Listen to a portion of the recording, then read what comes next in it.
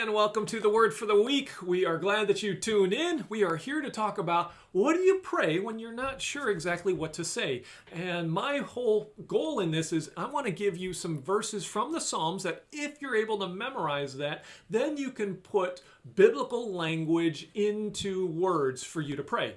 So today we're going to be looking at Psalm 23:4, one verse today.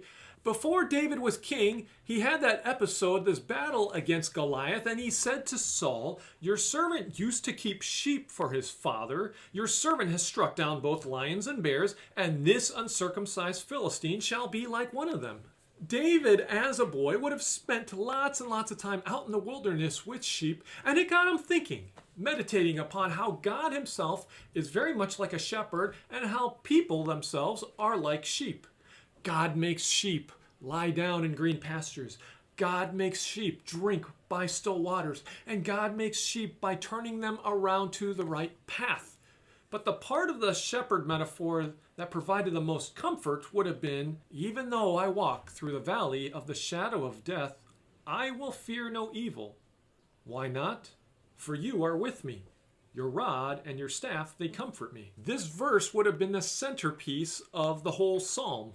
If you look at Google Maps and go over Israel right now, you can find that the land is divided by these winding, deep ravines. And some of these were known as the Valley of the Shadow of Death because of the shadows that were cast over it. Take a look at this video. Now we say Valley of the Shadow of Death. The Hebrew word is more specific, through the ravine, the steep-sided,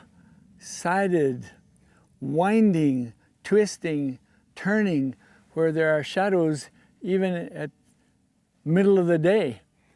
While we're going through the valley of the shadow of death, why is it that we have nothing to fear? The first reason is because the shepherd is near to the sheep, there is nothing to fear. How do sheep know about the shepherd's presence? Well, this is going to be important. Sheep do not follow by sight. Their sight, based off of how their eyes are in the periphery of their head, on the sides of their head, their peripheral vision is okay, but their sight is average to below average. Their hearing, on the other hand, is excellent.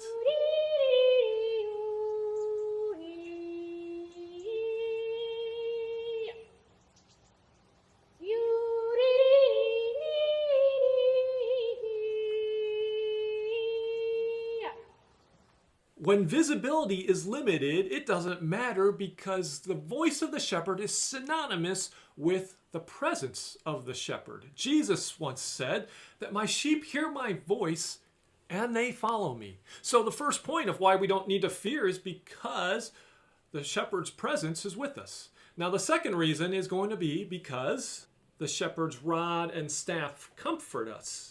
The shepherd had two tools that would provide comfort for the sheep on this deep ravine.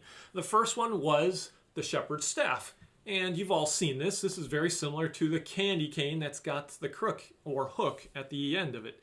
And the second one would have been a rod. And imagine kind of a miniature baseball bat that was used as a club. The staff would have been used to assist sheep, and so that hook goes around the neck, is able to drag or pull up the sheep. Let's assume that the sheep fell down or tripped or needed help getting up. And that would have been one. The rod, on the other hand, was used to hit.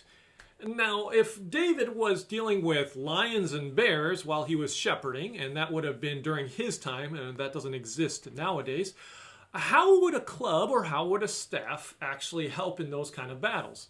Let's entertain a third idea on how these things would be used for comfort. And let's go back to the battle with Goliath.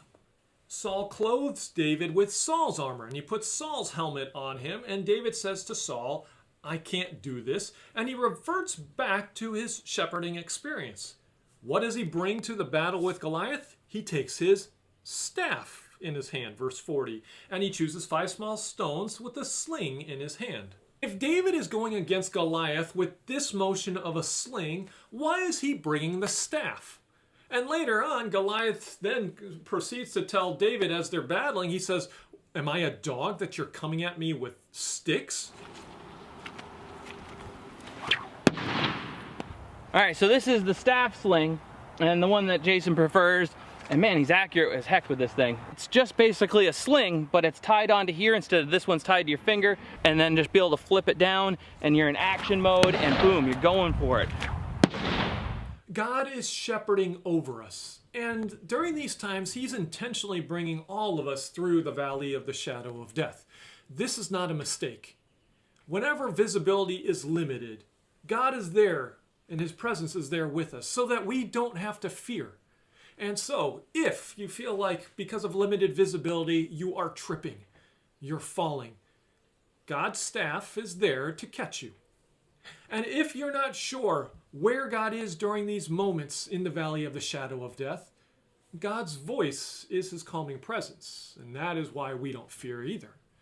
And if, on the other hand, the last one is if you feel like threats are all around you, and during this limited visibility, we see things in the valley of the shadow of death like leopards and lions and bears, God's rod or God's staff or God's sling is there to ward off any kind of threats.